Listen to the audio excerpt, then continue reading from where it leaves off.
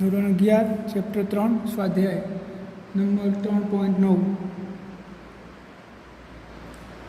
બે શહેર એ અને બી નિયમિત બસ સેવા દ્વારા જોડાયેલા છે તથા પ્રત્યેક ટી મિનિટ પછી બંને બાજુ બસો દોડે છે. કોઈ એક વ્યક્તિ 20 કિલોમીટર પ્રતિ કલાકની ઝડપે સાયકલ દ્વારા એથી બી તરફ જઈ રહ્યો છે ત્યારે નોંધે છે કે પ્રત્યેક 18 મિનિટ પછી એક બસ તેની ગતિની દિશામાં તથા પ્રત્યેક 6 મિનિટ પછી તેની વિરુદ્ધ દિશામાં પસાર થાય છે. બસ સેવા સમય ટી કેટલો હશે અને રસ્તા પર દોડતી બસની અચળ ઝડપ શું હશે? તો અહીંયા એક સ્ટેશન છે, બસ સ્ટેશન આ બસ સ્ટેશન છે, બસ સ્ટેન્ડ, અને અહીંયા એક બીજું બસ સ્ટેન્ડ છે બી. અહીંયાથી બસ નીકળે અને અહીંયાથી એક બસ નીકળે. આ બંને સ્ટેશન વચ્ચે બસો દોડાદોડ કરે છે. કેટલા સમય પછી? ટી સમય પછી. આ બસનો વેગ આપણે વી લઈ લઈએ છીએ, બંને બસોનો વેગ વી. અને અહીંયાથી એક બસ નીકળી, એના ટી સમય પછી બીજી નીકળે, ટી સમય પછી ત્રીજી નીકળે, એવું ને એવું અહીંયાથી. અને એક સાયકલ સવાર એથી બી તરફ આ બાજુ તરફ જઈ રહ્યો છે, સાયકલ સવાર. તો આમ જતાં એવું નોંધે છે કે 18 મિનિટ થાય એટલે એક બસ એને ઓવરટેક મારે છે, બીજી 18 મિનિટ થાય એટલે બીજી બસ આવે, ત્રીજી 18 મિનિટ થાય એટલે ત્રીજી બસ આવે, અને સામે એને કેટલી મળે છે? તો પ્રત્યેક 6 મિનિટે એક બસ સામે મળે. 6 મિનિટ થાય એટલે એક બસ આવી, બીજી 6 મિનિટ થાય એટલે બીજી બસ આવી. તો આ ટી શોધવાનો છે. તો આપણે અહીંયા પહેલાં તો એ ધારી લઈએ, ધારો કે બસની નિયમિત ઝડપ વી છે અને સાયકલની ઝડપ વીબી બરાબર, એ તો આપણને આપેલી છે 20 કિમી પર. હવે આપણે એ ધારી લઈએ, ધારો કે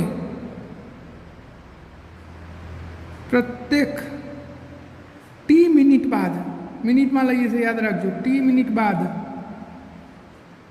એક બસ નીકળે છે. અહીંયાથી એક બસ નીકળી, ટી મિનિટ પછી બીજી નીકળી, અહીંયાથી પણ એક બસ નીકળી, ટી મિનિટ પછી બીજી નીકળે. તો એને આપણે કલાકમાં ફેરવીએ તો ટી ભાગ્યા 60.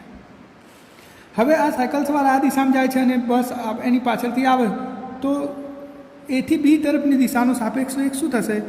એથી બીની દિશામાં સાયકલનો સાપેક્ષ વેગ, કોની સાપેક્ષ?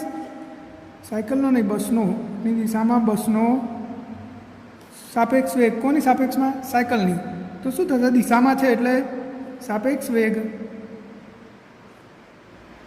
ઇઝ ઇક્વલ ટુ, દિશામાં હોય તો બાદ બાકી થાય એટલે બસના વેગમાંથી આપણે સાયકલનો વેગ વીબી બાદ કરી દઈએ, આટલો વેગ થશે. અને બીથી એની દિશામાં બસનો સાપેક્ષ વેગ બરાબર, જો અહીંયા શું થશે? સાયકલ આમ જાય છે ને બસ આમ આવે છે, વિરુદ્ધ દિશામાં છું, સરવાળો થશે તો વી પ્લસ વી, બંને વેગ આવી ગયા. હવે આપણે આ દિશાની ચર્ચા કરીએ, એથી બી તરફની દિશાની. તો સાયકલને અહીંયા, બસને અહીંયાથી અહીંયા સાયકલ સુધી પહોંચવા માટે લાગતો સમય એ બસ દ્વારા કપાયેલ સાયકલની સાપેક્ષ વેગ દ્વારા કપાયેલ અંતર માટે લાગતો સમય સરખો હોવો જોઈએ.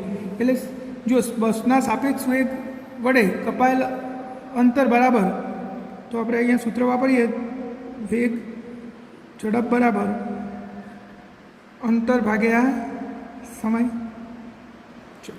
તો સમય બરાબર શું થશે? સમય બરાબર અંતર ભાગ્યા વેગ. હવે બસ વડે કપાયેલ અંતર કેટલું થશે? તો બસનો વેગ અને એને દર વખતે સમય કેટલો લાગે છે? ટી ભાગ્યા સાપેક્ષ વેગ બસની દિશામાં લેવાનો છે, તો વી માઇનસ વીબી. આ સમય આવી ગયો, આપણને મળી ગયો. પરંતુ આ સમય તો કેટલો લાગે છે? વેગની દિશામાં, એટલે કે એથી બીની દિશામાં એથી બીની દિશામાં પ્રત્યેક 18 મિનિટ બાદ એક બસ આવે છે, તો એની કિંમત તો 18 મિનિટ હોવી જોઈએ. તો આપણે આ સમયને જગ્યાએ ટી બરાબર શું મૂકી દઈશું? 18. તો વીટી ભાગ્યા વી માઇનસ વીબી બરાબર 18 મિનિટ એટલે ભાગ્યા 60 કલાક. આપણું એક સમીકરણ થઈ ગયું.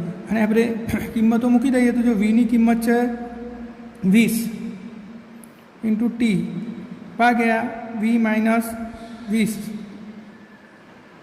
સોરી વી તો બસનો વેગ છે એટલે આપણને ખબર નહીં, તો વીટી ભાગ્યા વી માઇનસ 20 બરાબર આ થશે 0.3.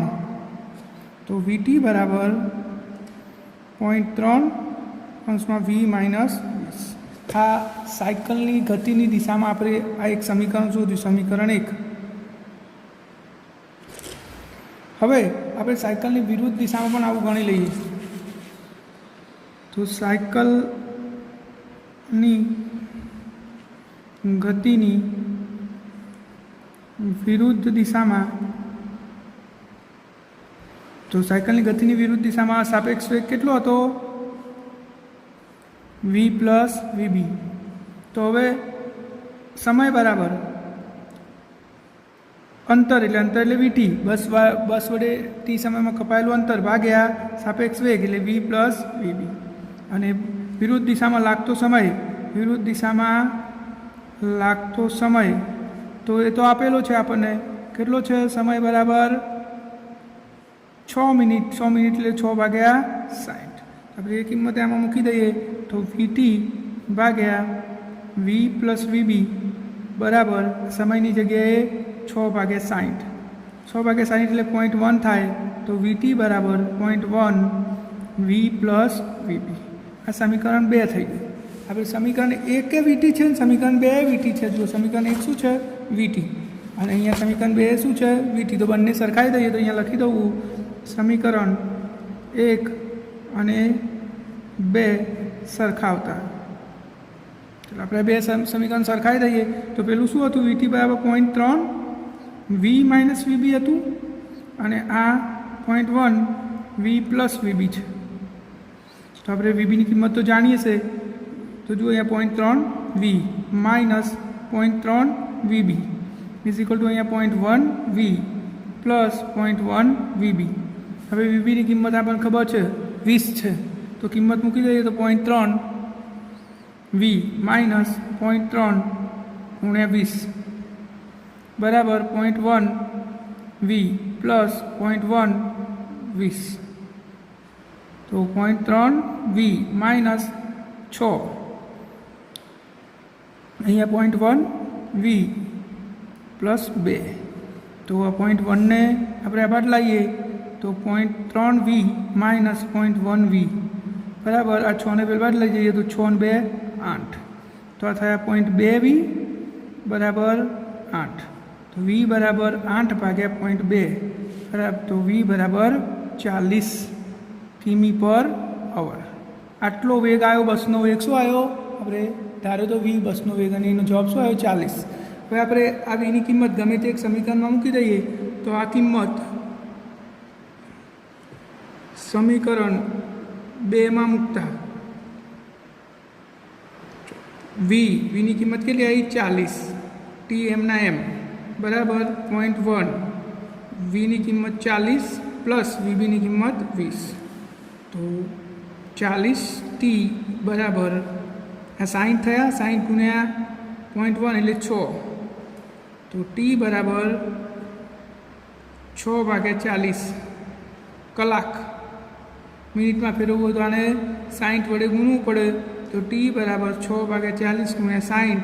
આ 0 0 કેન્સલ, આ 2 દુ 4 2 દુ 4 એટલે 9 મિનિટ. તો દરેક 9 મિનિટે એક બસ બે બાજુથી નીકળતી હશે. તમે એકવાર દાખલો વિડીયો પોસ્ટ કરીને લખી દો, પછી એકવાર સમજી લો તો તમને આવડી જશે. અને થોડો અગત્યનો દાખલો કહી શકાય એટલે તૈયાર પણ કરી દેવાનું છે.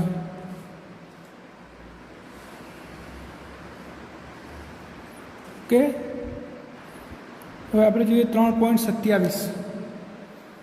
જો અહીંયા એક આકૃતિ આપેલી છે આપણને આવી રીતે.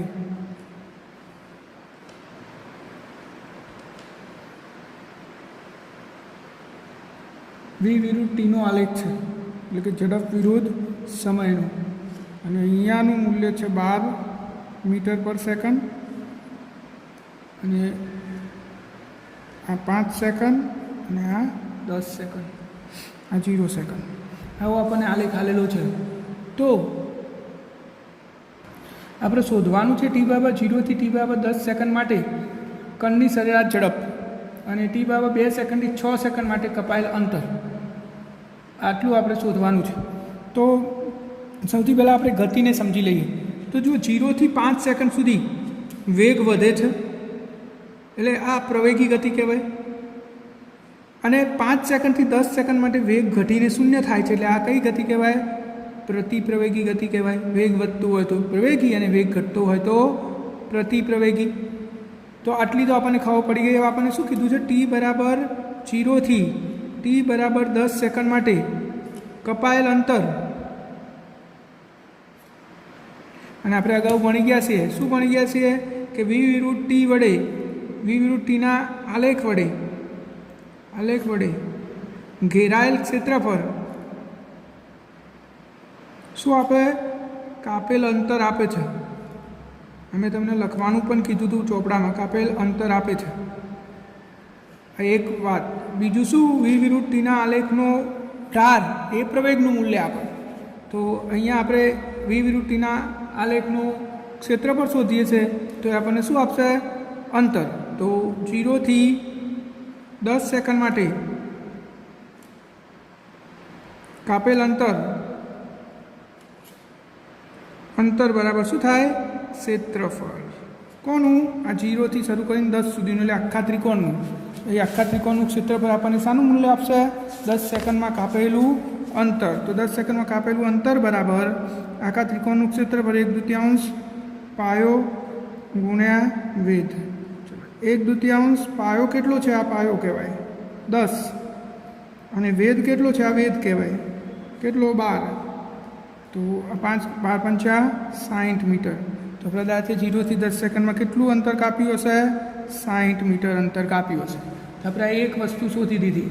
હવે બીજું શું શોધવાનું છે? આપણે ટી બરાબર 2 થી ટી બરાબર 100 સેકન્ડ માટે કાપાયેલું અંતર. અહીંયા તમારે થોડું સમજવું પડશે. હું તમને શાંતિથી સમજાવું છું, મગજ ધ્યાનમાં રાખશો તો આવડી જશે. આ આપણો ગ્રાફ છે. અહીંયા મહત્તમ મૂલ્ય 12 મીટર પર સેકન્ડ છે, આ સમય 5 છે, આ સમય 10 સેકન્ડ છે, અને આ 0 સેકન્ડ. આપણે શોધવાનું છે ટી બરાબર 2 થી, એટલે ટી બરાબર 2 એટલે અહીંયા માન લો કે આટલે 2 સેકન્ડ છે, અને 6 સેકન્ડ આટલે છે. 1 2 3 4 5 6 7 8 9 10 એવી રીતે. તો આપણે આટલેથી શરૂ કરીને 6 સેકન્ડ એટલે આટલે સુધી, આટલા વક્ર માટે આપણે કાપેલ અંતર શોધવાનું છે. તો આટલો જે વક્ર થાય એ તો આરોય થાય. હું અહીંયા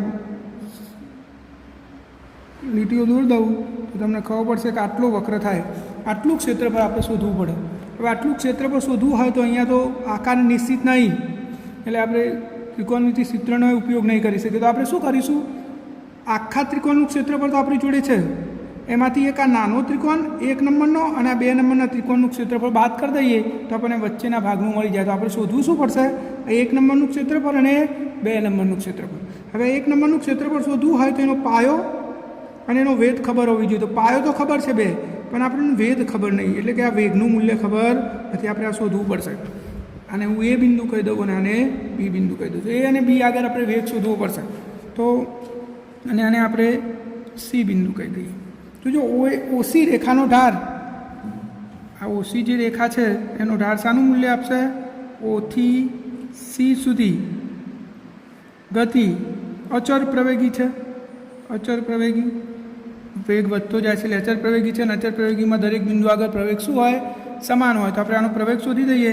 તો ઓસી રેખાનો ઢાળ બરાબર શું થાય? પ્રવેગ. તો પ્રવેગ એ બરાબર ઢાળ કેટલો થાય તો વાયામ ભાગ્યા એક્સ એમ, આ વાયામ કહેવાય ઓસી રેખાનું, આ ઓસી રેખાનો આ વાયામ કેટલો છે 12 ભાગ્યા એક્સ એમ, એટલે આ એક્સ એમ કહેવાય, કેટલો છે 5, તો 12 ભાગ્યા 5 મીટર પર સેકન્ડ સ્ક્વેર. આપણને પ્રવેગ મળી ગયો ઓસી રેખાનો, તો આ ઓએ રેખાનો એ પ્રવેગ એટલો જ થાય કારણ કે નિયમિત પ્રવેગી ગતિ છે. તો આ રેખાનો પ્રવેગ આવી ગયો 12 ભાગ્યા 5.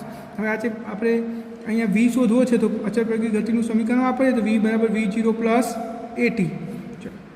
v0 કેટલો, પ્રારંભમાં વેગ કેટલો છે 0, પ્લસ એ કેટલો આવ્યો 12 ભાગ્યા 5, અને કેટલા સમય માટે શોધવાનું છે 2, તો આ 2, તો 12 દુ 24 ભાગ્યા 5 મીટર પર સેકન્ડ. આ વેગ આવી ગયો અહીંયા આ બિંદુ આગળ કેટલો આવ્યો 24 ભાગ્યા 5. એવી રીતે આપણે અહીંયા બી બિંદુ આગળ વેગ શોધવાનું છે, તો આપણે અહીંયા એ બી સી અને આને ડી બિંદુ આપી દઈએ. તો સીડી રેખાનો ઢાળ જો સીથી ડી સુધી ગતિ પ્રતિપ્રવેગી છે. પ્રતિપ્રવેગી એટલે વેગમાં ઘટાડો થાય છે, અને એનો પ્રવેગ એટલે શું, સીડી રેખાનો ઢાળ બરાબર પ્રવેગ. હવે સીડી રેખાનો ઢાળ આપણે શોધીએ, આ પ્રતિપ્રવેગ છે એટલે માઇનસ વાયામ ભાગ્યા એક્સ એમ, જો આ સીડી રેખા એનો વાયામાં થાય 12 ભાગ્યા એક્સ એમ એટલે 5 થી 10 5, તો -12 ભાગ્યા 5 મીટર પર સેકન્ડ સ્ક્વેર થશે. હવે આપણે અહીંયા બી બિંદુ આગળ વેગ શોધવો છે, તો સમીકરણ v બરાબર v0 પ્લસ at સમીકરણ પ્રમાણે v is equal two v0 કેટલો, અહીંયા વેગ કેટલો છે 12, તો 12 પ્લસ એની કિંમત -12 ભાગ્યા 5, એની કિંમત કેટલી -12 ભાગ્યા 5, અને સમય કેટલો અહીંયાથી શરૂ કરો તો ટીની કિંમત કેટલી થશે 5 થી 6 1 સેકન્ડ, કેટલી થશે 1 સેકન્ડ. તો 12 -12 ભાગ્યા 5, તો 12 × 5 = 60, 60માંથી 12 જાય તો 48 ભાગ્યા 5 મીટર પર સેકન્ડ. આ વેગનું મૂલ્ય આવી ગયું કેટલું આવ્યું 48 ભાગ્યા 5 મીટર પર સેકન્ડ. હવે આપણે શોધી શકીશું આ નાના ત્રિકોણનું, આ પહેલા ત્રિકોણનું ક્ષેત્રફળ અને આ બીજા ત્રિકોણનું એ. તો પ્રથમ ત્રિકોણનું ક્ષેત્રફળ બરાબર 1/2 પાયો ગુણ્યા વેધ. 1/2 પાયો કેટલો છે 2, અને વેધ કેટલો આવ્યો 24 ભાગ્યા 5. તો આ 2 કેન્સલ થઈ જશે, તો વધ્યું શું 24 ભાગ્યા 5 મીટર. આ અંતર આવી ગયું ને એના ત્રિકોણનું ક્ષેત્રફળ એટલે અંતર, આ પહેલાંનું આવી ગયું, એને આપણે x1 કહી દઈએ. હવે બીજા